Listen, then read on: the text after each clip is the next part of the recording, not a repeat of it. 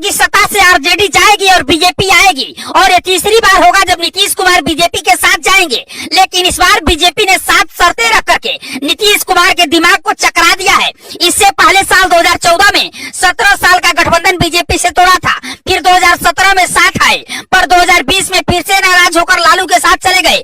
लेकिन इस बार बीजेपी अगले 20 साल का प्लान सोच रही है, इसलिए एक बार नीतीश की एंट्री हुई तो फिर एग्जिट का प्लान नहीं होगा। और गठबंधन की जो 7 शर्तें होंगी उनमें सबसे बड़ी शर्त होगी, क्योंकि नीतीश की पार्टी से ज्यादा नीतीश कुमार पर भरोसा करना मुश्किल है। तो पहले बीजेपी की ये 7 शर्तें जान लीजिए कि सहमति कैसे बनेगी, फिर बताते हैं कि लालू मांझी को फोन लगाकर नीतीश का कौन सा गेम पलटना चाहते हैं। पहली शर्त है कि नीतीश सीएम पद से इस्तीफा दें और दिल्ली आ जाएं। दूसरी शर्त है बीजेपी को सीएम पद मिले, जेडीयू डिप्टी सीएम पद स्वीकार करे। तीसरी शर्त है नीतीश को अगर लगता है कि ऐसे सीएम पद नहीं दे सकते तो बिहार विधानसभा भंग करें। चौथी शर्त है बिहार में लोकसभा के साथ विधानसभा चुनाव करवाए जाएं।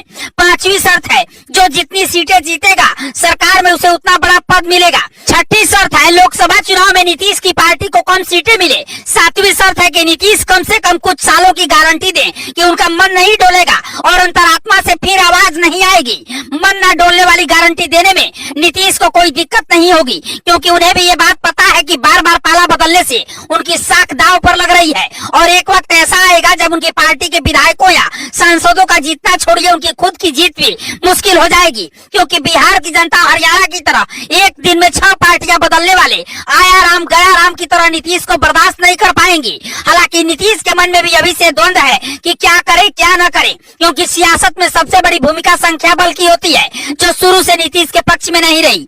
243 विधानसभा सीटों वाले बिहार में बहुमत के लिए 122 सीटों की जरूरत है। नीतीश के पास सिर्फ 45 विधायक हैं। ऐसे में बीजेपी के साथ जाएंगे तभी सरकार बना पाएंगे। लालू यादव यही सोच रहे हैं कि नीतीश के बगैर हमें बहुमत के लिए सिर्फ 8 विधायक चाहिए, इसलिए वो लगातार मांझी को फोन मिला रहे हैं। उनके बेटे को डिप्टी सीएम का पद ऑफर कर रहे हैं। मांझी के पास 4 विधायक हैं। ऐसे में बाकी के 4 विधायकों का जुगाड़ लालू अपने दिमाग से करने की कोशिश करेंगे। अगर ऐसा हुआ तो लालू अपने बेटे तेजस्वी को सीएम बनने देखने की इच्छा पूरी कर लेंगे और नीतीश को एक सबक भी सिखा देंगे कि बार बार गठबंधन तोड़ने से क्या होता है। लेकिन बीजेपी के चाणक्य अमित शाह के सामने लालू की यह चाल चल पाएगी, ये कहना मुश्किल है। सियासी गलियारों में तो ये भी चर्चा है कि नीतीश कुमार बीजेपी के एजेंट बनकर गठबंधन में शामिल थे। साल 2020 में उन्होंने अचानक से बीजेपी इसलिए छोड़ी कि 2024 चुनाव में विपक्ष का पूरा प्लान फेल कर सके।